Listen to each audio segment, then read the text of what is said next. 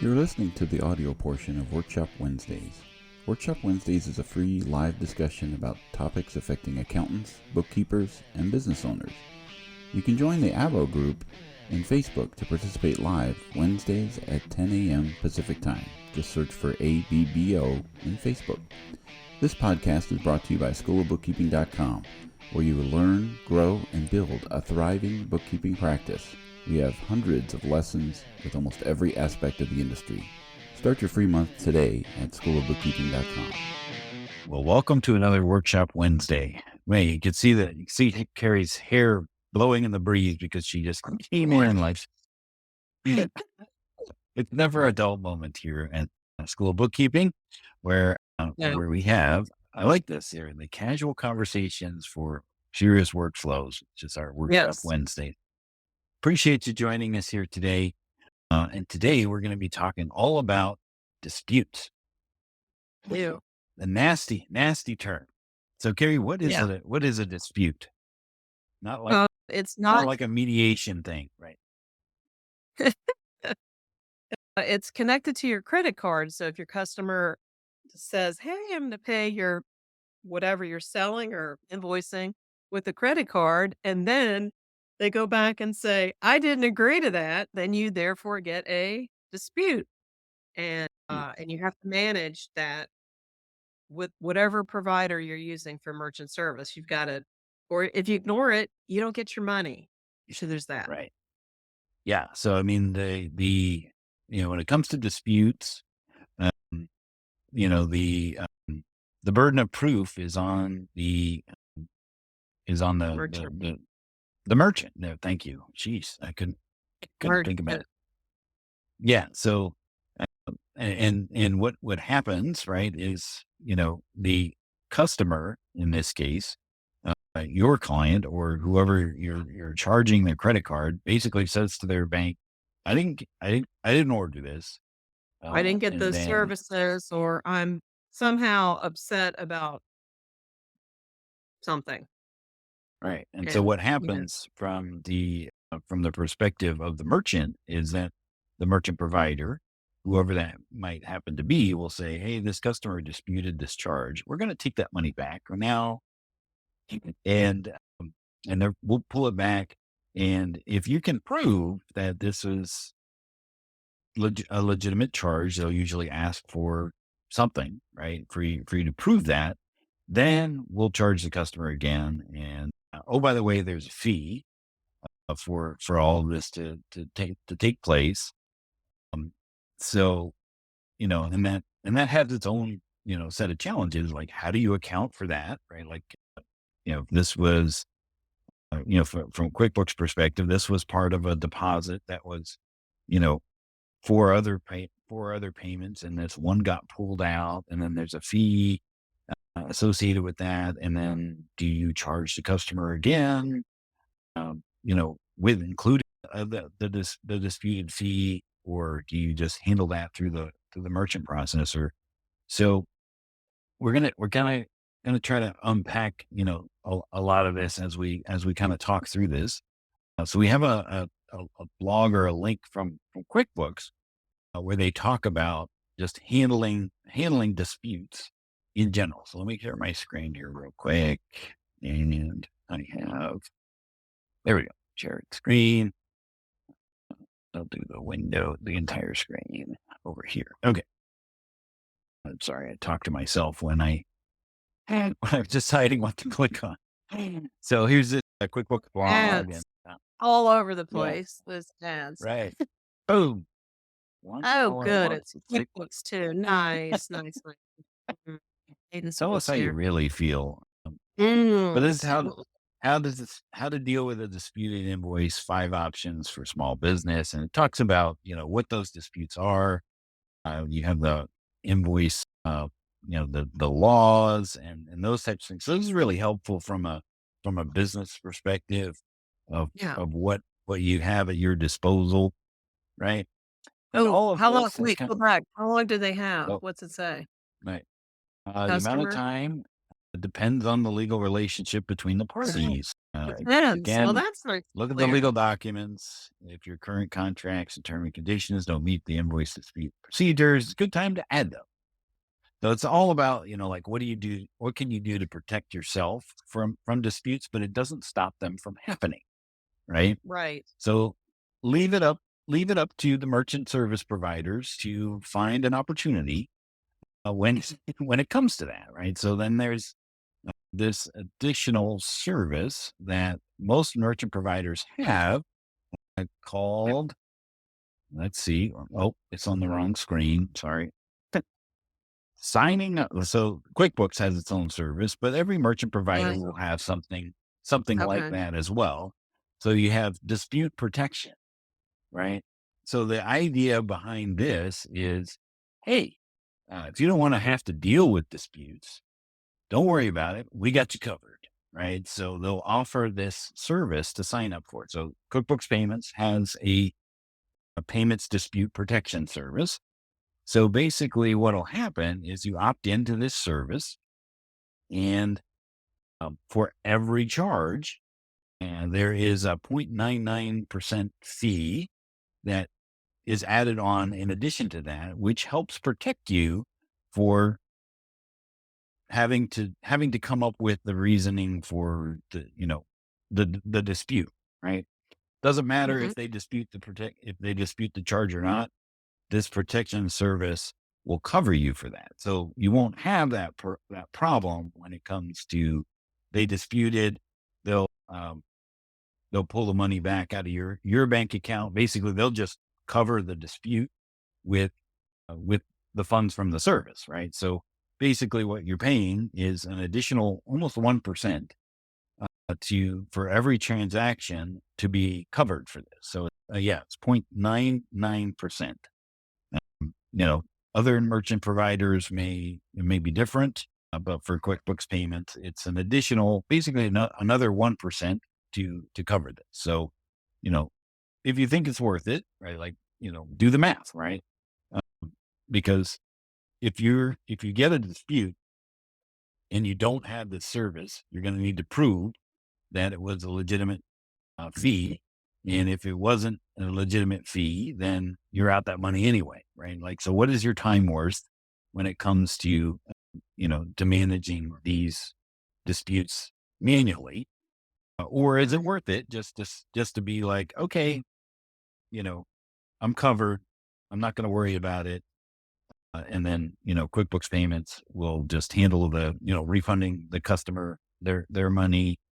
But then, of course, now you still have that potential dispute happening next time. So you still have to manage that if you are still working with the customer, especially if it's on a subscription or those types of things of a recurring billing of potentially happening again. Now there is a limit, right, of $10,000 per chargeback or an annual limit of $25,000, right? So, put that in your calculation, right, of whether this service makes sense or not, right? Like if you're charging $500,000 over the course of the year, you're going to be spending $5,000. No, that's $50,000 to get $25,000 worth of coverage, right? So, Right. So so kind of so go ahead. one of the things I noticed when we were, learning more about payments and stuff, and I recommended this to one of my customers, and they had a membership, and so a lot of times people will sign up and say, "Oh, I want to be whatever," and I agree to $25 a month, and then later they say, "Oh, I'm not using it," and they cancel.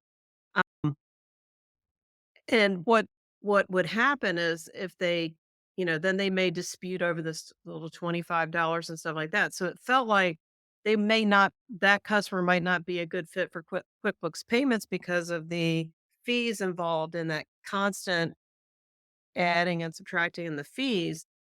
Will this help that sort of customer? Not if they're a $2 million customer, but a customer that's going to have cancellations and stuff often. Yeah, I Or mean, if this is a common thing, right? This may be a good fit for, for somebody like that that has cancellations and disputes and, chargebacks, because one, it's going to avoid all those chargeback fees, and Yes. it's going to avoid them having to go in and prove that the charge was worth, was legitimate to the merchant provider. Uh, and if you have a lot of chargeback, that could cause, your account to be canceled, right? Like if you have, Yeah. they're going to be having a lot of these chargebacks, then maybe that is too much of a risky account for them, and they may drop you, right? It could This potentially cause your account to be canceled. So this can protect you if like I described the membership program where you say sign up and then cancel when you don't want to use it anymore. This could protect a customer's credit score or whatever you call it. Might Yeah. be a different term. Yeah, because I remember when we first started with School of Bookkeeping, we would get a couple disputes like that, and the original owner would be like, "Well, you might want to reach out to them to maybe have them talk to their bank after you explain, what this charge was for, because Stripe is our payment processor, not QuickBooks Payments, because we can't use it, but we're trying. But but but the we could get a deep, right? Like if you have an Airbnb and you cancel, if you get a lot of cancellations, the Airbnb might lower you on the ability of using that. So the question, of course, is what if I need more coverage than that? Well, they don't offer, and they don't offer more coverage, and maybe this is like their first iteration of the service. Maybe they're probably going to look at this in a year and go, okay, was this worthwhile, or do we have a whole bunch of chargebacks, or maybe we could increase our limit and our coverage. But, if you're charging, you know, $15,000 and there's a dispute, right? They're only going to cover 10,000 of that. So you still kind of have to weigh those options when it comes to, is this a worthwhile endeavor for me as an option? Because you're going to be paying an extra 1%, for this coverage. If you never have a dispute, well, that's 1% off of your bottom line. Uh, but is that coverage worth it? It's kind of like an insurance policy for disputes. So that's kind of the discussion there. Now, when a dispute actually happens, we've created a blog here, because inside of QuickBooks online is this invoice tracker, right? So I don't know if you can see it. Maybe I'll make it a little bigger so we can see it. So there's an invoice tracker here, and what happens with the dispute is that's the end of the road for that transaction. So the idea of this invoice tracker is that you can see when it was sent, you can see when it was viewed, you can see when it was paid, and then you can see when it was deposited.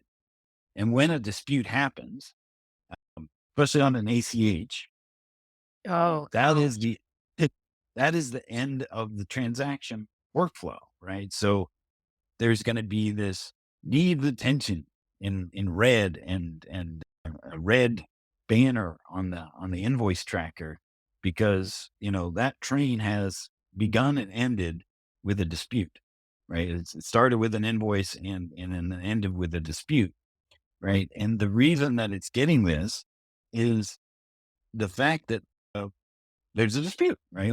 Like it just, that is the disposition, right? So the suggestion of how do you fix this inside of QuickBooks, you create another invoice, you invoice the customer again. But what do you do with this original invoice? Because it will always have this soiled, what do dang. you call it? Yeah, it's got a blemish, right? It's a birthmark, right? And what do you get? Because the payment that it's tied to has a dispute attached to it. So the QuickBooks payments service is saying, hey, this is disputed.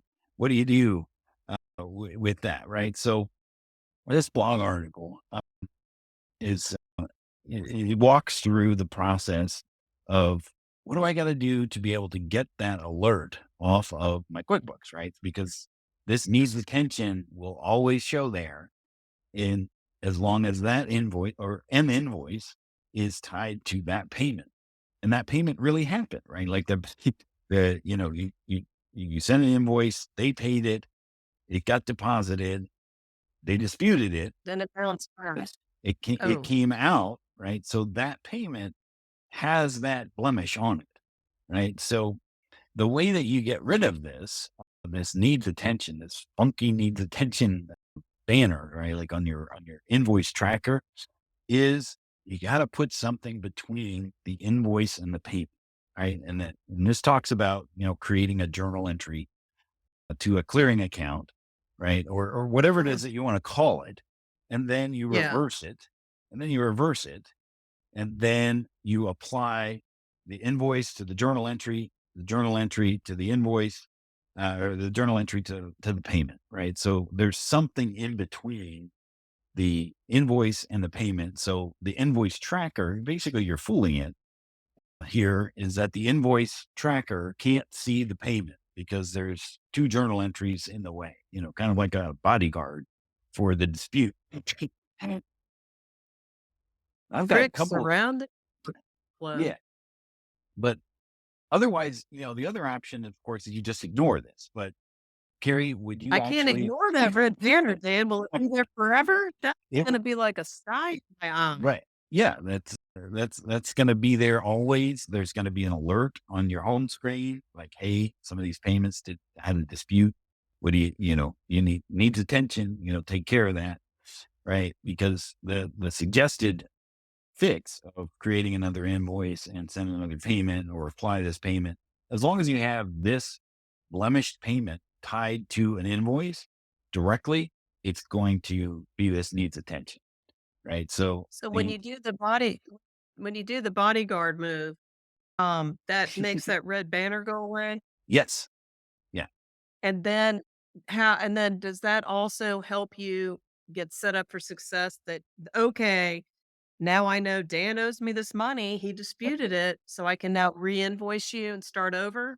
mhm, yeah, because what that does is it puts this to bed, right? It puts this to rest. Okay. That To this go away, invoice, needs to get off my this mind. needs attention. Will get run, and then whatever you decide to do in reality, when it comes to sending a new invoice, charging the customer for, the fees or what have you, that's now a new, a new, Brand new. a new Start over. transaction, right? So you won't see this on your invoice tracker. You'll see the next one, the next invoice that may have the fees associated with it, to charge them for the chargeback fees and all the other dispute things.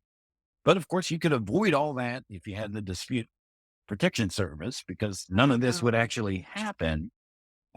So this might be, one of those things that you take into account. It's like, oh, I'm going to have to track all this, you know, if a dispute actually happens.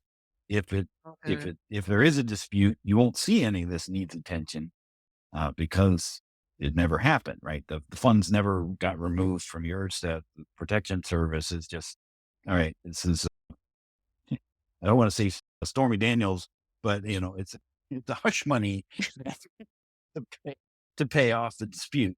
But you still has to have. I'm just pulling all sorts of analogies uh, out of here when it comes to So disputes. we have a clever workaround to get rid of the sty in your eye, red banner, or if you don't mind paying extra, they will handle it for you. But the caveats are it's limited to 25,000 per year, and you may have higher needs than that. But I think even if it's that, do they stop? I mean, I would wonder what that means. They stop working. Do you continue to get the red banners, even if you're a high Yeah, processor? yeah. I wouldn't yeah. I mean, the scenario. Of, okay, I've charged $15,000 and they disputed, and the dispute service covered 10. What happens to the other five? Right? Does that show up as a needs attention issue or some problem in the invoice tracker? So as long as you're below those limits, I think it's a worthwhile conversation, right? To have with yourself. It's like, does this make sense to do? And then if you're using, other payment processors, that they may offer their own service as well for that kind of dispute process. But that is what the dispute protection services are designed to do, is to avoid you having Mhm. to even have to deal with a dispute when it comes to that. Now, one other And thing to our add here, time has if it's yeah. a bounce, right? Like if it's an NSF for ACH payments, the dispute process doesn't come into play here, right? Like this is you'll get a red banner, right? If there is a It's AC. non-sufficient funds for the ACH payment, because those two things have a disposition of a dispute or an NSF, right? So that's the end of the railroad track there for the dispute or an NSF when it comes to ACH payment. So Yeah. often I have found I'll let you take a break. Yeah. So Thank you. oftentimes when people pay ACH, it's painful. Like it feels like it takes longer. I know there's a speed up, you can pay more, da da da da da. But it's really, I almost feel like it's a bigger risk to take an ACH for you, the merchant, because if it blows up, they may have run off. What if you sold them a $5,000 something refrigerator? They've run off with the refrigerator. Their ACH blows up. What's your protection?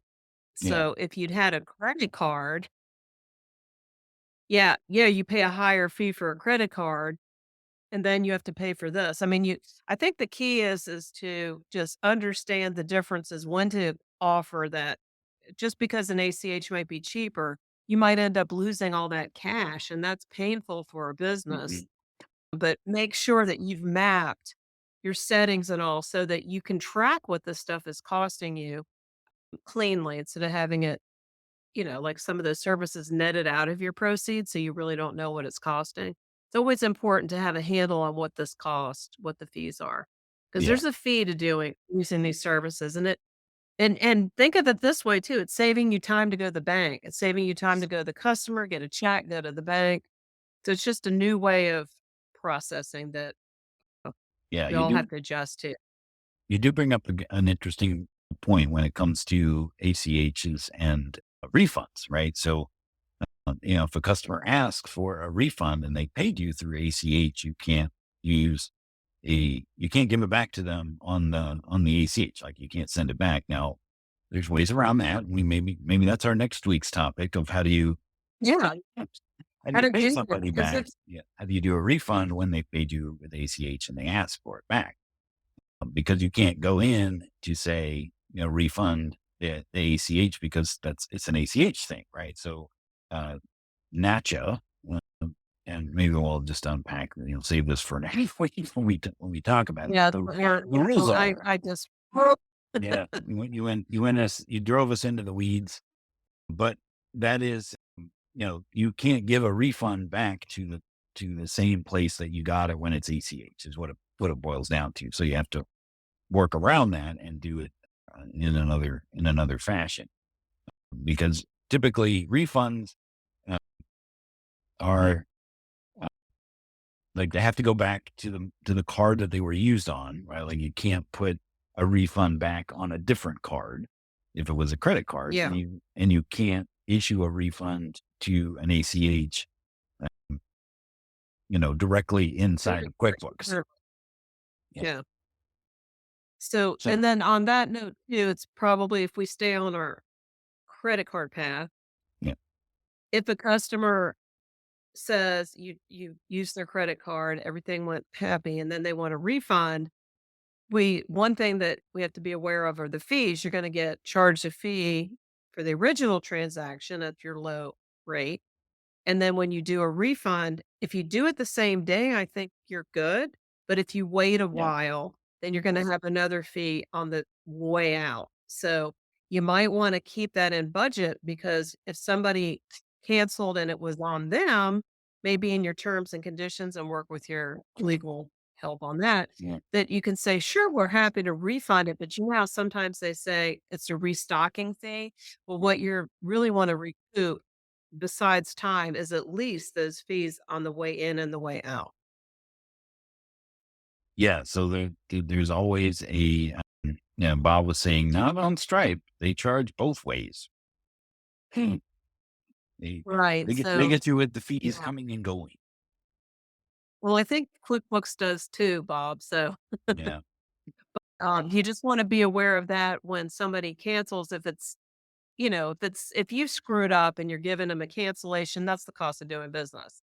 But if it's a legitimate cancellation, uh, whatever. But if it's a cancellation that they just changed their mind, make sure you have in your terms and conditions. We'll let you out of the membership or whatever it is, but do note that we'll have a little bit of a fee to process it just to cover your fees, or it's just the cost of doing business today. Right. You didn't have to deliver that cash across town in your work vehicle. So Right. here's Okay. One other thing that we wanted to discuss and make sure that people are aware of with QuickBooks Online. When you yes, sign up for a new QuickBooks Online subscription, you kind of half get a new payment account.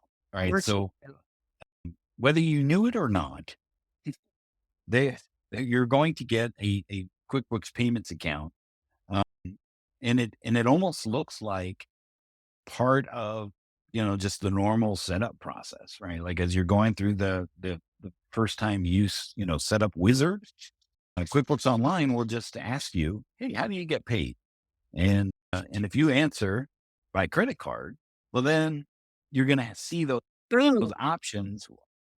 You're going to see the options, and it's kind of interesting, to see it from from the Intuit perspective, right? Because, um, they understand that, if they can help you get paid faster, then, you'll continue to use the service, right? So they want people to be able to kind of, we want to reduce the hurdles of setting that up. So they just kind of ask you, hey, do you want to get paid with a credit card? And, people say yes, right? And so what'll happen is the invoices, when they send them out, are payment enabled, meaning that a customer can record the payment, but the the vendor, the business, there we go. The business hasn't set up, hasn't they Subscriber haven't of finished. new account Yeah, they hasn't haven't they completed the haven't setup. finished. Yeah. Because what they haven't told QuickBooks yet is where to put the money What when account? someone decides to pay it. When I saw this on a Facebook post, it's like, my client sent me an invoice and I paid it, and now they're like, we don't accept credit card. And so they were wondering, like, how did this all happen? And this is what happened, right? Somebody said, "Hey, That's a I great would like to idea. get paid with credit card," but now their funds are tied up somewhere because they, you know, to it, rightfully so, took the money out of the credit card and waiting, but they don't have anywhere to put it yet because they haven't finished setting up the merchant account yet. So beware that that could potentially happen to you or your clients when you set up a new QuickBooks QBA Online account. subscription, because it just makes sense to answer the question, yes, I would like to you know accept a credit card, whether they knew what they were doing or not, right? And then what happens then is that they have to finish the setup, uh, but now they're also locked into the fees that that are the you call them the MSRP, but I mean they're I just the know, it's full price. Full yeah, price. right. So if you are working with a client and you're a pro advisor, you can actually get them better rates than if they do that in the product itself. So you And want to make sure that you have that discussion with your client, and knowing that there is this potential for them to set up an account when they didn't even realize it, but then they're kind of locked into higher fees because the regular price of those fees are, a little bit higher than if you had the pro advisor pricing. So you want to make sure that you are having that discussion with your clients before they sign up for the service, or at least know what they're getting into. Like if they would, if they're going to set up this account anyway, and Intuit is going to set it up for them, kind of half set it up, is what we discussed. You want to make sure that you kind of head it off at the pass, so that you know that they're getting the best fees if they decide to use the service. So that's our workshop today. And School of Bookkeeping has that we've created a landing page where they can go straight to apply for merchant service at those discounted rates. So if you sign them up for QBO under your wholesale billing or whatever it's called today, Yep. you're not locked into those full price rates. You can actually, use our link if you want. And then if you want to, if you're not part of the, getting alerted when workshops go live and whatnot, you can just scan this code. Landon created this pretty awesome little thing to stay informed. You can register for the workshops, and then you'll get notified when we go live, or where you can log in, whether it's on our website or on YouTube or Facebook or wherever. But if you want to register, just whip out your phone and scan the QR code. So that kind of wraps it up for this workshop. Carrie, any final thoughts? No, but we'll continue these discussions because there's a lot to talk about around these payments to save your customer money and so forth, and working your way through the different setup applications and stuff like that, how to get that done, streamline it. Awesome. All right. So we'll see you next week on another Workshop Wednesday, and I hope you all have a great week. Have a great one. Thanks for joining.